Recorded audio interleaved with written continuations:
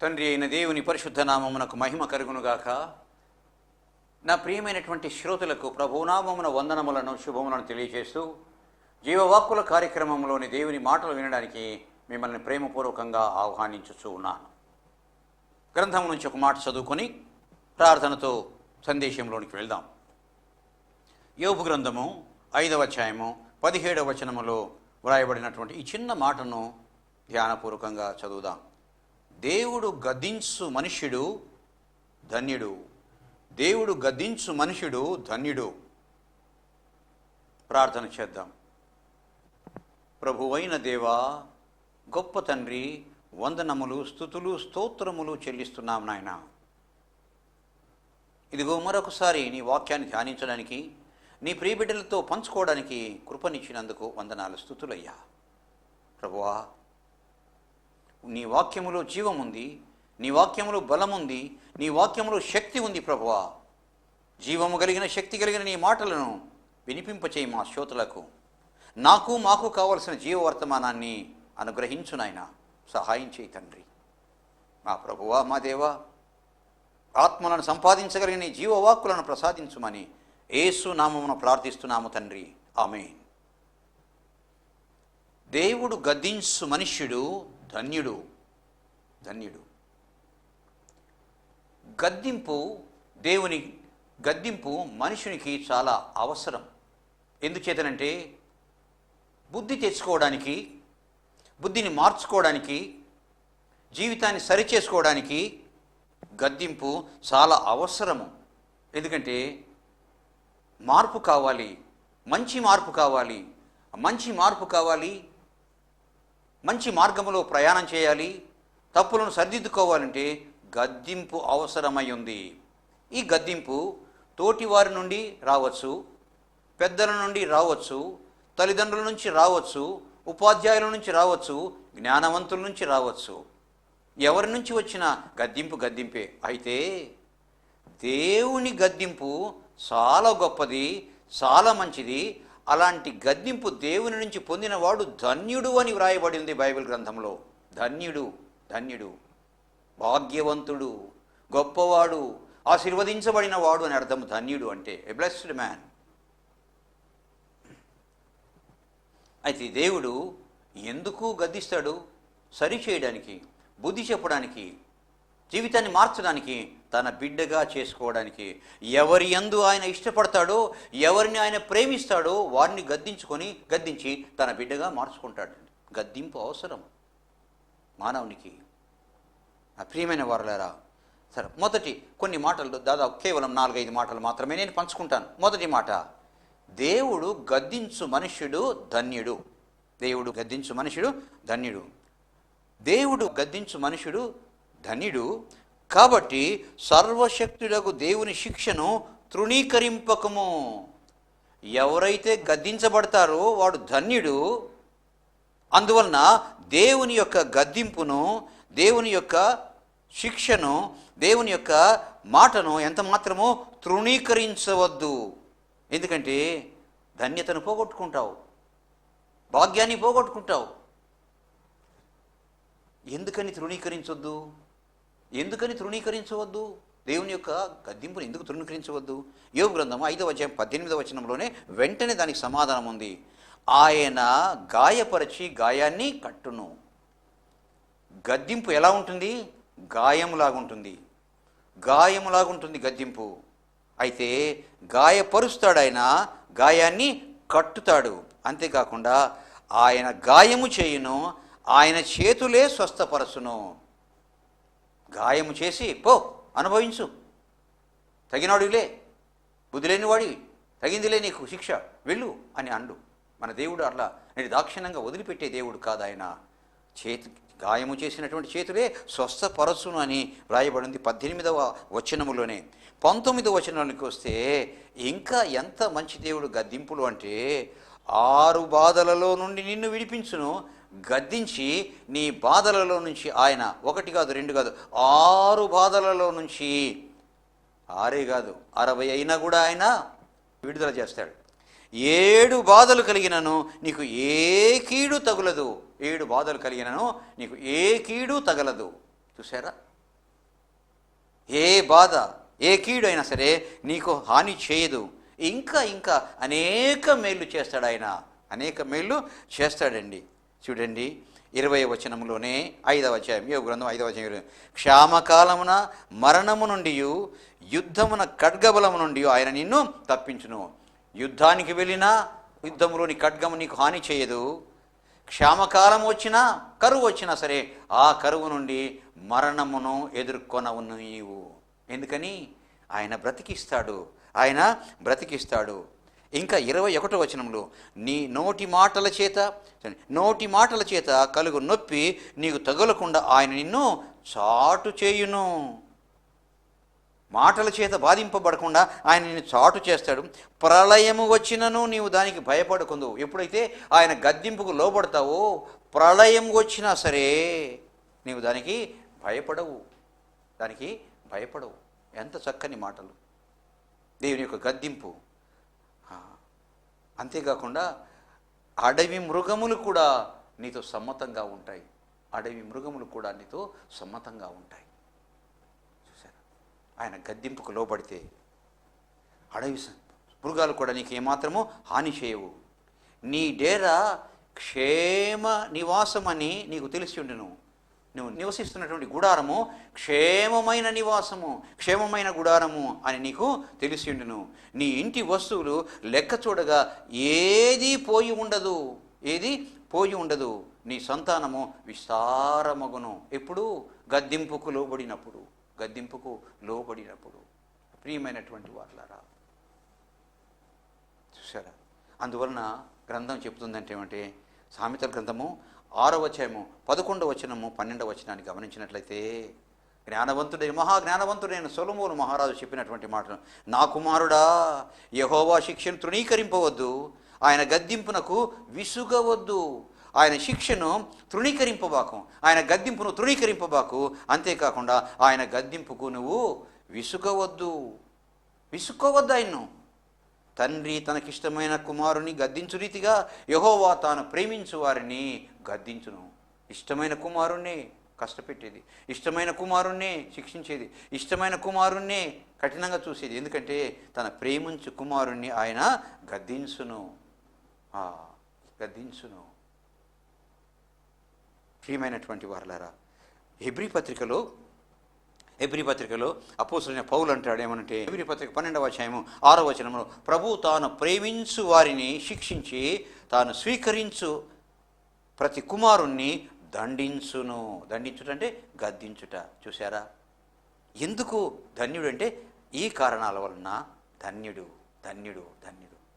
ఆయన గద్దింపును తృణీకరించితే ఆయన ప్రేమను తృణీకరించినట్లు, ఆయననే తృణీకరించినట్లు, బాగును, క్షేమమును, మంచితనమును, భవిష్యత్తును తృణీకరించినట్లు అవుతుంది. అందువలన దేవుడు ఒక గద్దింపు ఎంత మాత్రం తృణీకరించకుండా అంగీకరించాలి. రెండవ మాటకు వెళ్దాం.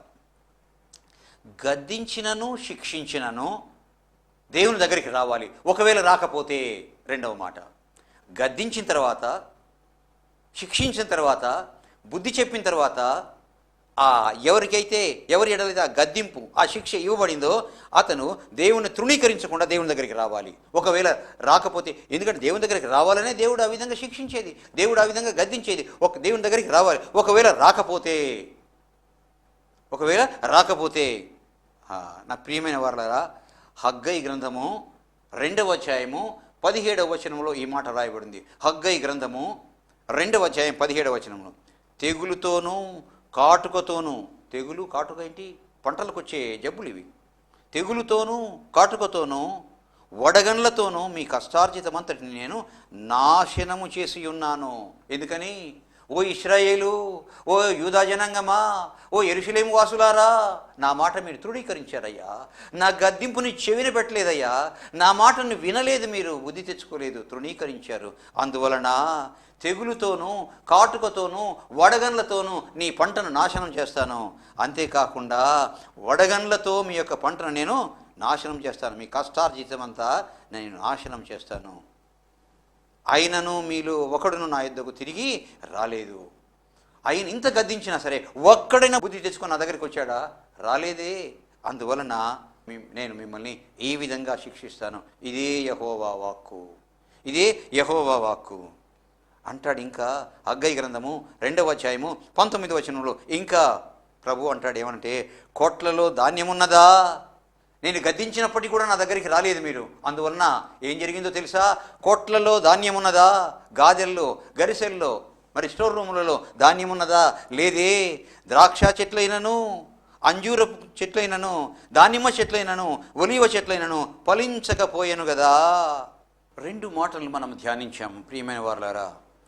మొదటి మాట, దేవుడు గద్దించు మనుష్యుడు ధన్యుడు. ఒకవేళ గద్దించినను, రెండవ మాట, ఆయన దగ్గరికి రాకపోయినట్లయితే పరిస్థితి ఎలా ఉంటుంది? దేవుడు బాధపడతాడు. బాధపడి ఊరుకుండడు. ఏ విధమైనటువంటి ప్రతిచర్య ఉంటుందో మనం తెలుసుకున్నాం. మూడవది, ఇంకను దేవునికి ఎంత ఓపిక, ఎంత సాత్వికం ఉందో చూద్దాం. గద్దించినప్పటికీ కూడా వినకపోతే, గద్దించినప్పటికీ కూడా తన దగ్గర రాకపోతే ఎంత సాత్వికుడో ఆయన, ఎంత ఓపికతో ఉంటాడో, ఎంత నెమ్మదిగా ఇంకా ఆయన గద్దింపును కొనసాగిస్తాడో చూద్దాం. ఎవరికి ఉండదేమో దేవునికి ఉన్నంత సాత్వికము, దేవునికి ఉన్నంత సహనము ఎవరికి ఉండదేమో నా ప్రియమైన వారలారా. చూడండి, యోబు గ్రంథము 33వ అధ్యాయము 14వ వచనం. యోబు గ్రంథము 33వ అధ్యాయం 14వ వచనం. దేవుడు ఒక్క మారే పలుకును, 2 మారులు పలుకును, అయితే మనుష్యులు అది కనిపెట్టరు. దేవుడు ఒకసారి చెప్తాడు, అంతేకాదు 2 సార్లు చెప్తాడు, ఇంకా ఇంకా చెప్తూనే ఉంటాడు. తన బిడ్డల్ని పంపించి, అనేకులైన తన సేవకుల్ని పంపించి దేవుడు చెప్తూనే ఉంటాడు, చెప్తూనే ఉంటాడు, చెప్తూనే ఉంటాడు, చెప్పిస్తూనే ఉంటాడండి.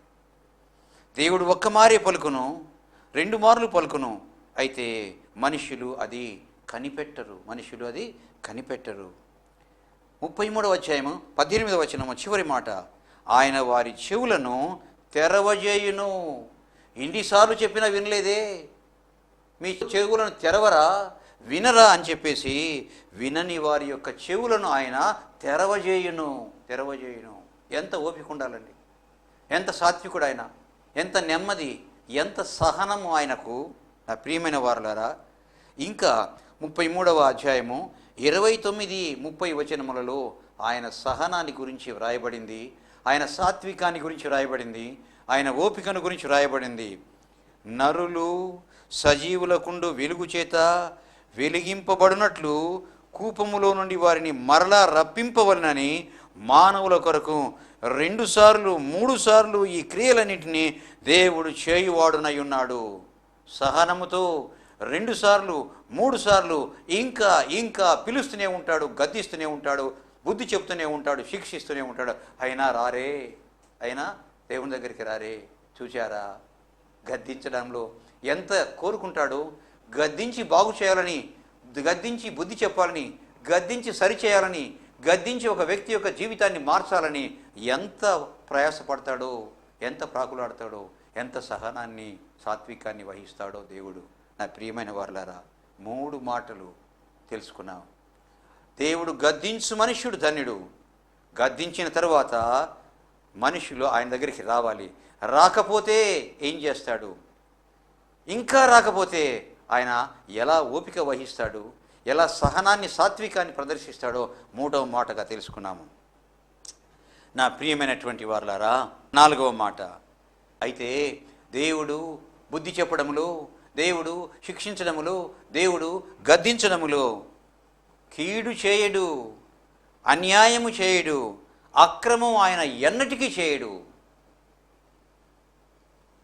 ప్రతీకారం చేయాలని కానీ, బాధ పెట్టాలని కానీ, హింసకు గురి చేయాలని, హింసకు గురి చేసి వదిలిపెట్టాలని ఎంత మాత్రం ఆయనకు ఇష్టం ఉండదు.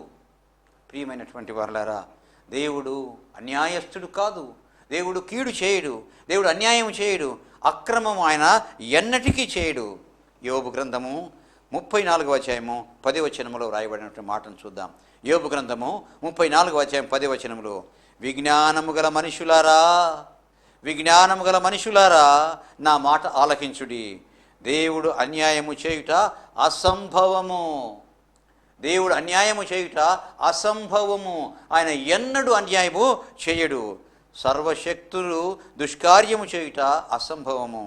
ఆయన అన్యాయము చేయడము అసంభవము, దుష్కార్యము చేయుట అసంభవము. సర్వశక్తుడు ఆయన. దుష్కార్యము చేయడానికి చేయాల్సిన అవసరం ఏంటి ఆయనకు? అందువలన గద్దించేది బుద్ధి చెప్పడానికి, గద్దించేది సరిచేయడానికి, గద్దించేది జీవితాన్ని మార్చడానికి, బాగు చేయడానికి, అంతేగాని అన్యాయం చేయడానికి కాదు. అందువలన దేవుడు ఎంత మాత్రము అన్యాయస్తుడు కాదు, దుర్మార్గము అక్రమము చేయువాడు కాదు.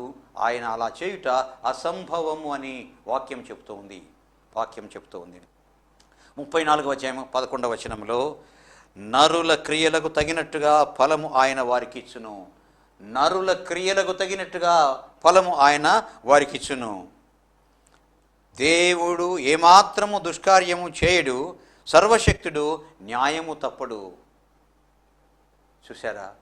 ఆయన న్యాయము తప్పడు, దుష్కార్యం ఎంత మాత్రము చేయడము అసంభవము. ఆయన అన్యాయము చేయడు. కీర్తనాకారుడు అంటాడు 66వ కీర్తనలో 10వ వచనంలో, దేవా నీవు మమ్మలను పరిశీలించి ఉన్నావు, అణువణువు నీకు తెలుసయ్యా. మా జీవితంలోది, మా హృదయములో అణువణువు నీకు తెలుసు. మమ్మను పరిశీలించి ఉన్నావు. వెండిని నిర్మలము చేయు రీతిగా మమ్మలను నిర్మలులను చేసి ఉన్నావు. వెండిని నిర్మలము చేయు రీతిగా మమ్మలను నిర్మలము చేసి ఉన్నావు. నీవు బందీ గృహములో మమ్మలను ఉంచితివి. గద్దించడానికి, బుద్ధి చెప్పడానికి, శిక్షించడానికి నువ్వు బందీ గృహములు ఉంచితివి. మా నడుముల మీద గొప్ప భారము పెట్టితివి. నరులు మా నెత్తి మీద ఎక్కునట్లు చేసేటివి. బుద్ధి చెప్పడానికి, గద్దించడానికి, శిక్షించడానికి, బాగు చేయడానికి. మేము నిప్పులలోనూ నీళ్లలోనూ పడితిమి, అయినను నీవు సమృద్ధి గల చోటికి మమ్మను రప్పించున్నావు. ఇంత చేసావు మమ్మల్ని గద్దించడానికి, ఇంత చేసావు బుద్ధి చెప్పడానికి, ఇంత చేసావు చేసి సమృద్ధి గల చోటికి మమ్మలను పంపించావయ్యా. కాబట్టి ఆయన చేసేది బుద్ధి చెప్పడానికి, గద్దించలేదు. ఎందుకంటే బాగు చేయడానికి, జీవితాన్ని మార్చడానికి. నా ప్రియమైనటువంటి వారలారా, చూడండి, ఇంకా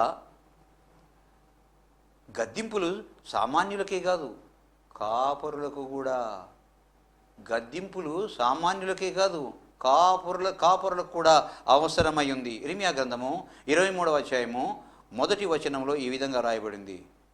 ఇర్మియా గ్రంథము 23వ అధ్యాయం 1వ వచనము, యెహోవా వాక్కు ఇదే, నా మందలో చేరిన గొర్రెలను నశింపచేయుచు చెదరగొట్టు కాపరులకు శ్రమ. ఇశ్రాయేలు దేవుడని యెహోవా తన జనమును మేపు కాపరులను గూర్చి ఈలాగు సెలవిచ్చుచున్నాడు. మందను పాడు చేసి, మందలో ఉన్న గొర్రెలను చెడగొట్టి, మందలో ఉన్నటువంటి గొర్రెలను తీసుకుని పోవు కాపరులకు శ్రమ. చూడండి ఏమంటున్నాడంటే, వారిని గురించి ఈలాగు సెలవిచ్చుచున్నాడు, మీరు నా గొర్రెలను విచారణ చేయక నేను మేపుచున్న గొర్రెలను చెదరగొట్టి పారద్రోలితిరి. ఇదిగో మీ దుష్క్రియలను బట్టి మిమ్మలను శిక్షించబోచున్నాను. నా మందను చెదరగొట్టారయ్యా, పాడు చేశారయ్యా, గొర్రెలను వధించడానికి తీసుకొని పోయారయ్యా. అయితే దానికి గాను నేను మిమ్మల్ని శిక్షించబోచున్నాను. ఎవరిని ఆయన గద్దించక వదిలిపెట్టాడు. అయితే శిక్షకు మునుపు ఒక గ్రహించాలి, ఈ గద్దింపు, ఈ శిక్ష నన్ను బాగు చేయడానికే. ఇందా కీర్తనకారుడు అన్నాడు, నిప్పులతో సేవయ్యా మమ్మల్ని, అంతేకాకుండా మమ్మలను నీళ్లలో నడిపించితేవయ్యా. ఎందుచేతనంటే సమృద్ధి గల చోటికి మమ్మలను చేర్చడానికి. అందువలన గద్దింపు, యెహోవా గద్దించిన మనుష్యుడు ధన్యుడు. ఇంకొక మాట చివరిగా, 5వ మాట, దేవుని చివరి మాటను తెలుసుకుందాం. సామెతల గ్రంథము 29వ అధ్యాయము 1వ వచనము. చాలా బలమైనది, చాలా కఠినమైనది. చూద్దాం. 29వ అధ్యాయం 1వ వచనము. ఎన్నిసార్లు గర్దించినను లోబడినవాడు మరి తిరుగు లేకుండా హఠాత్తుగా నాశనమగును. ఒక్కసారి, 2 సార్లు, 3 సార్లు ఆయన గద్దిస్తాడు. పెద్దల చేత, యాజకుల చేత, కాపరుల చేత, దైవజనుల చేత ఆయన గద్దిస్తాడు. అయితే గద్దింపును లోబడని వ్యక్తి యొక్క పరిస్థితి ఎలా ఉంటుందంటే, ఎన్నిసార్లు గద్దించినను లోబడని వాడు మరి తిరుగు లేకుండా హఠాత్తుగా నాశనమగును. చూస్తాడు, అయ్యో ఎన్నిసార్లు చెప్పినా బుద్ధి రాకపోయిందని చెప్పేసి తిరుగు లేకుండా హఠాత్తుగా నాశనమగును. That will be the serious punishment after many warnings, after many advices, after many talks.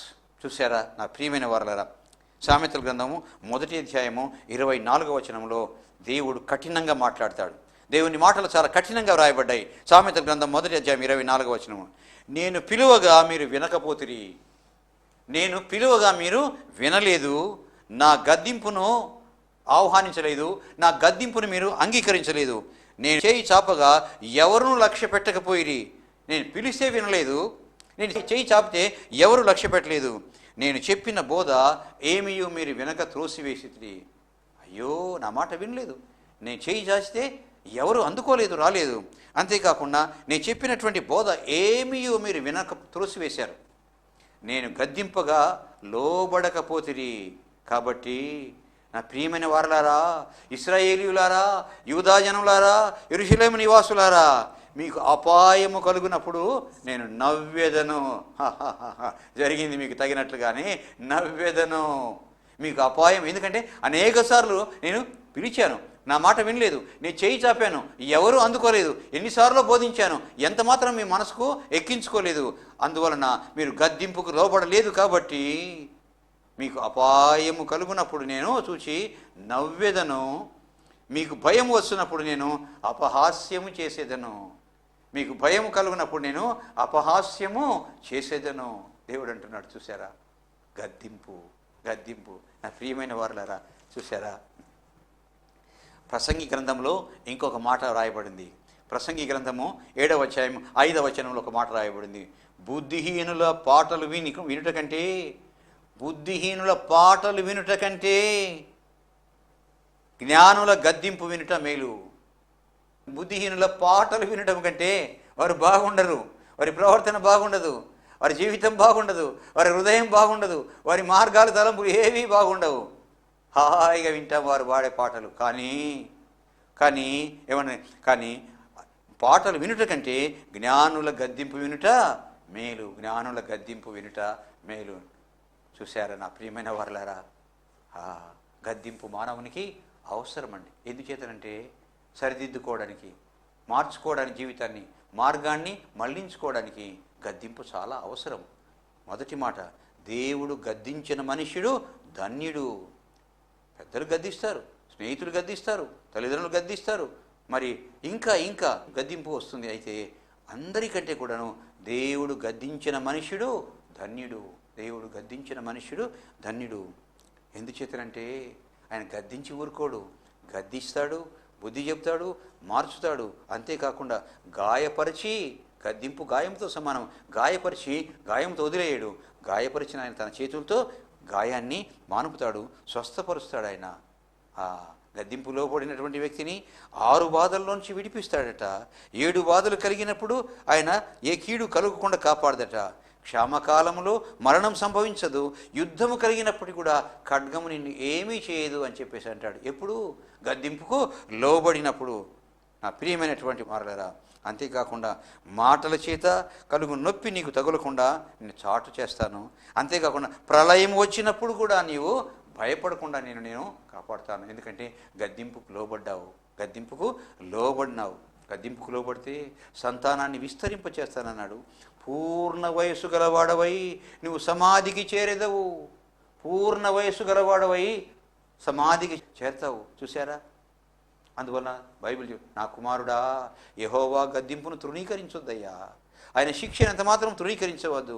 తండ్రి తనకిష్టమైన వారిని శిక్షించు రీతిగా దేవుడు తన ప్రేమించు వారిని గద్దించును అని చెప్పేసి అంటాడు. మొదటి రెండవది, గద్దించిన తర్వాత ఆయన వద్దకు రావాలని ఆయన కోరుకుంటాడు. రాకపోయినట్లయితే తెగులుతోనూ, కాటుకతోనూ, వడగండ్లతోనూ కష్టార్జితాన్ని ఆయన నాశనం చేస్తాను అంటాడు. నాశనం చేస్తాను. కొట్లలో ధాన్యం ఉంటుందా? ఉండదు.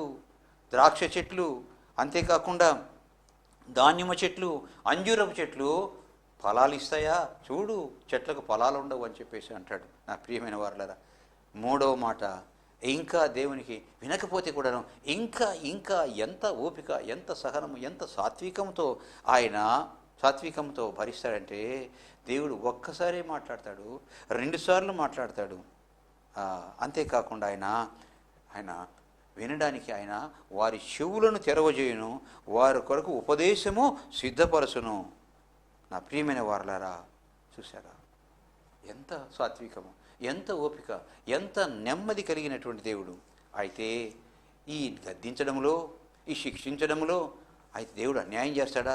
దేవుడు ఎంత మాత్రము కీడు చేయడు, అన్యాయము చేయడు, అక్రమం చేయడు. ఎట్టి పరిస్థితుల్లో ఆయన అన్యాయస్తుడు కాదు.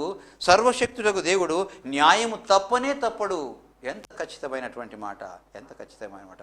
చివరి మాట ఏంటంటే, ఎన్నిసార్లు గద్దించినను లోబడకపోయినట్లయితే తిరుగు లేకుండా హఠాత్తుగా నాశనం అవుతాడు. చివరి మాట అంటాడు కఠినంగా ఏంటంటే, నేను పిలువగా మీరు వినకపోతిరి, నేను చేయి చాచగా ఎవరు లక్ష్య పెట్టలేదు, నేను చెప్పినటువంటి బోధ ఏమీయూ మీరు వినక త్రోసివేశారు, నేను గద్దించినప్పుడు మీరు గద్దింపుకు లోబడలేదు, అందువలన మీకు అపాయము కలుగుట చూచి నేను నవ్వెదను, మీకు భయము కలుగునప్పుడు నేను అపహాస్యము చేసేదను. చూశారా నా ప్రియమైన వారలారా, గద్దింపుకు లోబడదామా? గద్దింపుకు లోబడదామా? ఇకనైనా లోబడడానికి ప్రయత్నం చేద్దాం, ప్రార్థన చేద్దాం. ప్రభువైన దేవా, గొప్ప తండ్రి, వందనాలు, స్తుతులయ్యా. నీ మాటలు వినడానికి, నీ మాటలు బోధించడానికి మాకు, మా శ్రోతలకు మీరు ఇచ్చినటువంటి తరుణాన్ని బట్టి, మీరు చూపినటువంటి కృపను బట్టి మీకు వందనాలు, స్తుతులు చెల్లిస్తున్నాము నాయన. నీ గద్దింపు విలువైనది తండ్రి, నీ గద్దింపు ప్రేమ కలిగినది ప్రభువా. ఎందుచేతనగా మా జీవితాలను బాగు చేయడానికి, జీవితాలను మార్చడానికి, నీ ప్రియకుమారులుగా చేర్చుకోవడానికి, ఆశీర్వదించబడడానికి ప్రభువా నువ్వు గద్దిస్తావు తండ్రి. బుద్ధి చెప్తావయ్యా, చేయి చాచుతావు ప్రభువా. వందనాలు ప్రభువా, వందనాలయ్యా. ఈ నాయన మరి ప్రభువా, ఎంత మాత్రం బుద్ధిహీనులుగా మేము ఉండక నీ మాటలను వినడానికి ప్రభువా, అనుసరించడానికి, బుద్ధి తెచ్చుకోవడానికి, జీవితాన్ని మార్చుకోవడానికి నాకు, మాకు, మా శ్రోతలకు అనుగ్రహించు తండ్రి, అనుగ్రహించు నాయన. బోధించిన ఈ మాటలు వ్యర్థమైపోకుండా ప్రభువా ఆత్మలను ఉజ్జీవింపచేయి తండ్రి. ఆత్మలను ఆయన బలపడినట్లు చేయమని దీనుడనే నన్ను మీరు ఉపయోగించుకున్నందుకు మీ పాదముల చెంత మీకు వందనాలు, స్తుతులు చెల్లిస్తూ యేసయ్య గొప్ప నామమును అడిగి వేడుకుంటున్నాము తండ్రి. ఆమేన్. తండ్రి, కుమార, పరిశుద్ధాత్మ త్రియేక దేవుని ఆశీర్వాదములు అనుగ్రహించబడను గాక. ఆమేన్, ఆమేన్, ఆమేన్.